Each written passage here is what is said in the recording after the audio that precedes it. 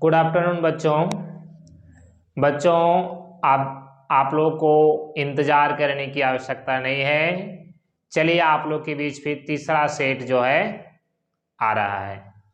कहने का मतलब है क्लास 12 हिंदी का ऐच्छिक विषय जो है अंतरा भाग 2 का जो है जैक से जो आप लोग का सेट 3 जो जारी किया गया है उसका 40 क्वेश्चन को आज आप लोग के बीच हम हल करके दिखाने वाले हैं। तो चलिए हम लोग एक करके इस वीडियो को यानी इस क्वेश्चन आंसर को देखते हैं और एक एक क्वेश्चन को हल करने का प्रयास करते हैं। चलिए तो चलिए देखिए क्या है आपका। ये तो सारा आप लोग जान भी करते हैं, झारखंड शैक्षिक अनुसंधान प्रशिक्षण परिषद द्वारा प्रकाशित किया गया है। कक्षा 12 विषय हिंदी ऐच्छिक। समय आपको 1.5 घंटा मिलेगा। पूर्णांक 40 है ना। और प्रश्नों की संख्या भी आपका 40 रहेगा और प्रत्येक प्रश्न के लिए जो है 1 अंक जो है मिलने वाला है। और 4 विकल्प रहेंगे। 4 विकल्प में एक विकल्प को हम लोग को सही करना है।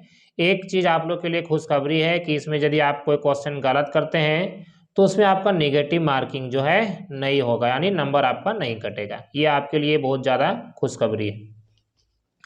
तो चलिए हम लोग देखिए पहला क्या है। पहला गद्यांश है। इस गद्यांश को पढ़ना है और इस गद्यांश को पढ़ के हम लोग को 1 से 4 नंबर तक का क्वेश्चन का उत्तर देना है। तो बच्चों हम लोग गद्यांश को हम नहीं पढ़ेंगे, क्योंकि अगर गद्यांश को पढ़ने जाते हैं तो ये वीडियो काफ़ी लंबा हो जाएगा, है ना। इसलिए हम डायरेक्ट जो है आप लोग को आंसर की ओर बताते हैं। आप इस वीडियो को पॉज करके गद्यांश को आप पढ़ लीजिएगा और आंसर को देख लीजिएगा कि ये सही है कि गलत है। अगर आप लोग को कोई क्वेश्चन लगता है कि सर ये गलत है तो आप कमेंट बॉक्स में हमें जवाब लिख के भेजिएगा, तो हम उसका सॉल्यूशन आपको बता देंगे। चलिए हम लोग पहला क्वेश्चन देखते हैं। कहता है जीवन की कुंजी क्या है। तो जीवन की कुंजी क्या है? धन है, स्वास्थ्य है, ए और बी दोनों, इनमें से कोई नहीं। तो जीवन की कुंजी हम लोग के लिए यहाँ पर स्वास्थ्य हो जाएगा, क्योंकि यहाँ पर स्वास्थ्य की ही बात बताया जा रहा है कि स्वास्थ्य सभी जीवधारियों के लिए आनंदमय जीवन की कुंजी है। तो यहाँ हम लोग का आंसर हो जाएगा स्वास्थ्य। दूसरा क्वेश्चन देखिए। कौन सा जल सड़ जाता है। तो कौन सा जल सड़ जाता है? जो जल रुका हुआ रहता है, ठीक है, तो वो जल सड़ जाता है। तीसरा क्वेश्चन देखिए। पशु पक्षी में कौन सा समास है। तो पशु पक्षी, पशु और पक्षी, ठीक है, ये एक दूसरे का विपरीत है, तो ये आपका द्वंद्व समास हो जाएगा। हो गया तीसरा क्वेश्चन। चलिए चौथा क्वेश्चन फिर हम लोग देखते हैं। देखिए चौथा क्वेश्चन हम लोग के बीच आ गया। कहता है खेलने में हम में क्या आ जाती है। क्या आ जाती है खेलने में हम में? नया प्राणवेग, नई स्फूर्ति, नई चेतना, ये सभी। तो आपका ये डी नंबर का आंसर हो जाएगा। तो ये आपका हो गया पहला गद्यांश का 4 क्वेश्चन। चलिए दूसरा आते हैं। देखिए क्या है। निम्नलिखित पद्यांश। अब एक पद है ना, यानी एक कविता है और कविता को पढ़कर हम लोग को 4 क्वेश्चन का फिर जवाब देना है। तो देखिए कविता है। खोल सीना बांध कर मुट्ठी, कड़ी में खड़ा ललकारता हूँ, ठीक है। ओ नियति तू सुन रही है, मैं खड़ा तुमको स्वयं ललकारता हूँ, ये पद्यांश है। और इसी पद्यांश से संबंधित देखिए यहाँ पर जो है आप लोग का जो है 4 क्वेश्चन फिर आ रहा है। तो देखिए पहला क्वेश्चन क्या बोल रहा है। बोल रहा है कि प्रस्तुत काव्यांश में कौन किसे ललकार रहा है। तो ये हो जाएगा कवि अपनी नियति को ललकार रहा है, ये आपका आंसर हो जाएगा। कृपा और करुणा में किस अलंकार का प्रयोग हुआ है। कृपा करुणा में अनुप्रास अलंकार का प्रयोग हुआ है। पहले यानी कल तक कवि क्या था, ठीक है। तो देखिए इसका आंसर हम लोग के बीच यहाँ पर है 4 ऑप्शन। देखिए क्या है। भाग्यवादी, कर्मवादी, मानवतावादी, सुविधावादी। कहने का मतलब पहले जो है कवि जो है अपने भाग्य पर निर्भर रहता था, है ना। लेकिन उसके बाद देखिए पता आज कवि क्या है। तो आज कवि क्या है? आत्मविश्वास से परिपूर्ण है, यानी आज कवि के अंदर क्या हुआ है? आत्मविश्वास जो है पूरा भरपूर हो गया है ना। तो ये इसका आंसर हो जाएगा। आगे देखिए हम लोग चलते हैं। निम्नलिखित में कौन संचार का एक प्रकार नहीं है। तो ये आपका संपादन होगा, संपादन, है ना। कहता है संचार का सबसे बुनियादी रूप है। सबसे बुनियादी रूप क्या है? ये जन संचार होगा। जन संचार का प्रमुख कार्य है, क्या है प्रमुख कार्य? सूचना देना, शिक्षित करना, मनोरंजन करना, ये सभी। जन संचार का सर्वाधिक लोकप्रिय माध्यम किसे माना जाता है। तो यहाँ पर जो 4 ऑप्शन है इसमें से आपका इंटरनेट सही हो जाएगा। भारत में सर्वप्रथम अखबार कब छपा था? तो ये छपा था 1780 ईस्वी में। ठीक है, यहाँ पर देख लीजिए, लिख दिए हैं 29 जनवरी 1780 ईस्वी में जो है छपा था, है ना। चलिए आगे क्वेश्चन देखिए क्या है। भारत में पहली मूक फिल्म बनाने का श्रेय किसे जाता है? तो ये जाता है दादा साहेब फाल्के को जाता है। तो ये हम लोग का 14 नंबर क्वेश्चन हो गया। चलिए हम लोग आगे बढ़ते हैं। देखिए 15 नंबर क्वेश्चन का क्या है।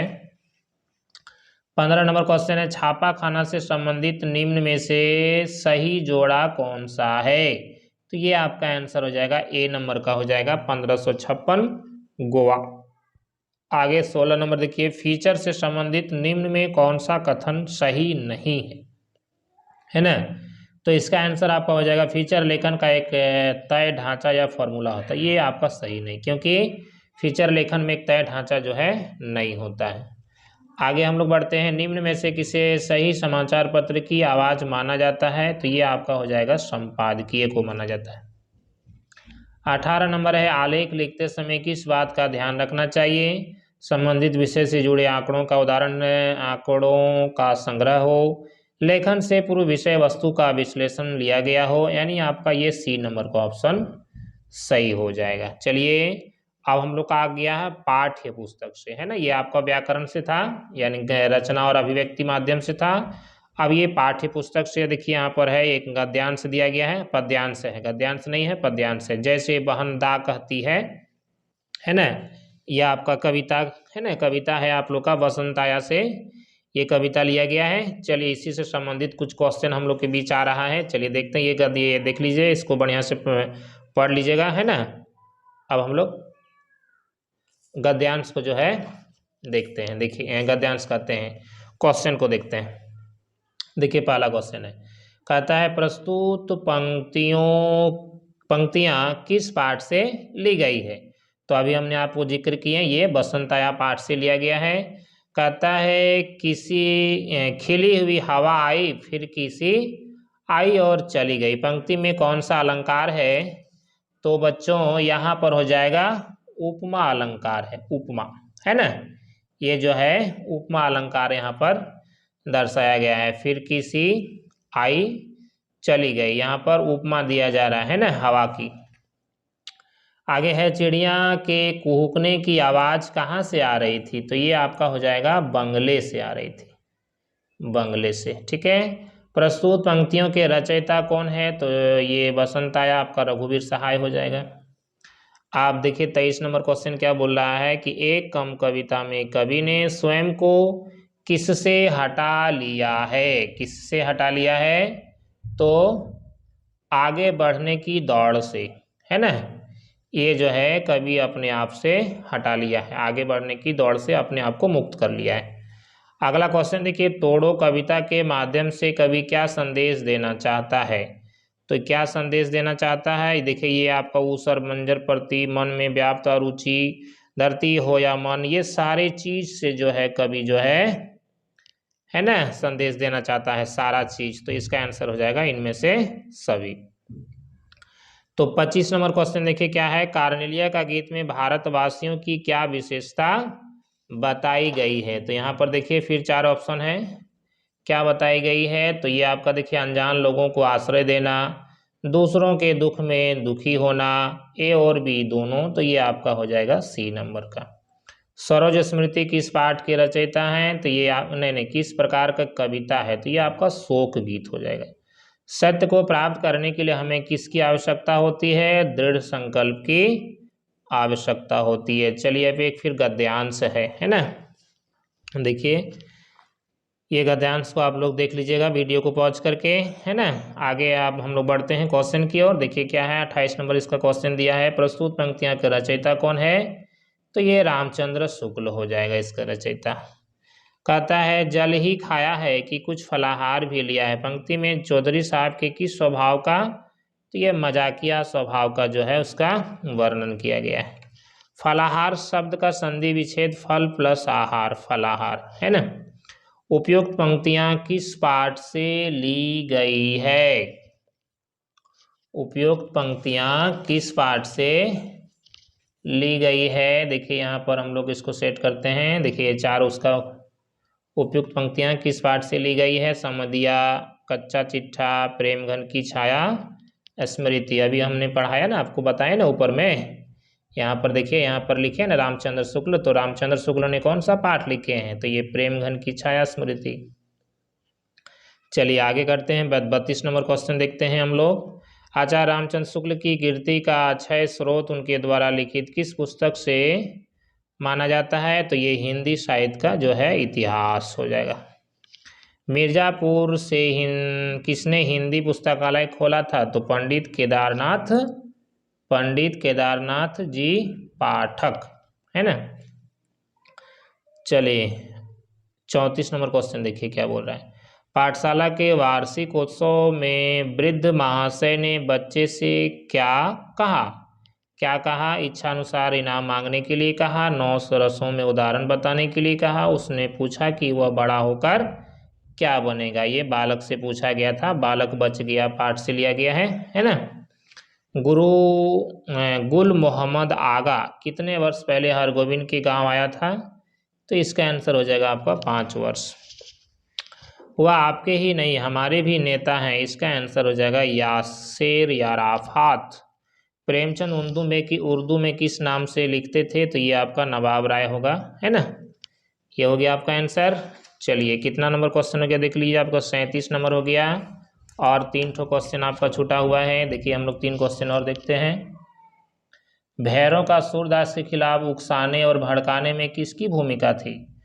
तो ये आपका हो जाएगा जगधर की भूमिका थी। भैरव ने सूरदास की झोपड़ी में आग क्यों लगाई? तो ये आपका हो जाएगा जगधर द्वारा उकसाने जाने पर सुभागी अवैध संबंध सुभागी के मारने रोकने के कारण। ये आपका ये डी नंबर हो जाएगा, सारा हो जाएगा। सूरदास को किस बात का दुख था? तो उसको सबसे ज़्यादा दुख था रुपये की पोटली खो जाने का, है ना। इनमें से सभी नहीं होगा, ठीक है। ये रुपये की पोटली जल जाने का सबसे बड़ा उनको ज़्यादा दुख था। किस बात का दुख था? ठीक है, कहीं कहीं पर आपका ये इनमें से सभी भी हो सकता है, लेकिन ये ज़्यादा सटीक आंसर है। सबसे ज़्यादा उनको दुख इसी बात का था, है ना। यहाँ पर सबसे नहीं लिखा हुआ है, इसलिए आप ये कहीं मिला लीजिएगा, हो सकता है ये डी आंसर हो कहीं पर। तो बच्चों ये जितना क्वेश्चन हम बता रहे हैं, एक आध क्वेश्चन आपका कहीं मिस्टेक हो सकता है ना। ये रेयर बात है, इसको ज़्यादा आप लोग को माइंड नहीं लेना है। और एक चीज़ बताना चाहेंगे कि आप लोग जो सेट अगर आप लोग जो मार्केट से अगर कोई बुक खरीद रहे हैं, तो उसमें आपका बहुत ज़्यादा क्वेश्चन का आंसर जो है गलत जो है आ रहा है। इसलिए आप लोग जो है बुक का सहारा लेकर क्वेश्चन का आंसर को जो है आप लोग टिक लगाइएगा और तभी जाके याद कीजिएगा, तो आपका ज़्यादा बेहतर रहेगा, है ना। तो चलिए आज के लिए इतना ही, थैंक यू।